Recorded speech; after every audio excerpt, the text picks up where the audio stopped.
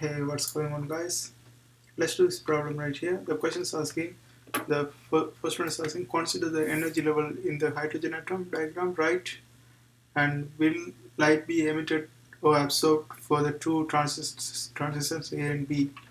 And if you look at this, the arrows are going down in an energy level diagram. It means this one is emitted. So this means we can answer this is emitted. So this is the answer for the first question. And let's do the second part. What frequency of light is involved in transition B? So the equation we have is nu is equal to minus 3.29 times 10 to the power of 15 second minus 1 times 1 over n final square minus 1 over n initial square. So this is the equation that is provided. And let's see, from this one we have to calculate the frequency. So let's do the calculation, and if you calculate, this one comes out to be nu negative 2 point nu is equal to negative nu is equal to negative 3.29 times 10 to the power of 15 second minus 1, and the initial is going to be 3. So it start going from 3 to 1, right?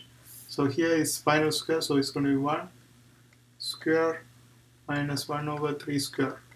And if you calculate this value, this will give you negative 3.29 times 10 to the power of 15 second minus 1 times 8 over 9. Right? So we can simplify this one. If you simplify, you will get 2.92 times 10 to the power of 15 second minus 1. You will get a negative value too, because it is not it doesn't make any difference. Like frequency with negative value doesn't make any sense, right? So we don't have to put the negative signs if we have. So we can write 2.92 times 10 to the power of 15 second minus 1, and that is the answer for the second question. So let's do the third question. So which transitions has the longer wavelength? So to do this question, we have to know this thing. So this is our B part, this is A part, and let's do the C part. So to answer this question, we have to know this thing. E is equal to hc over lambda, and if you see, E is inversely proportional to lambda. So E is inversely proportional to lambda.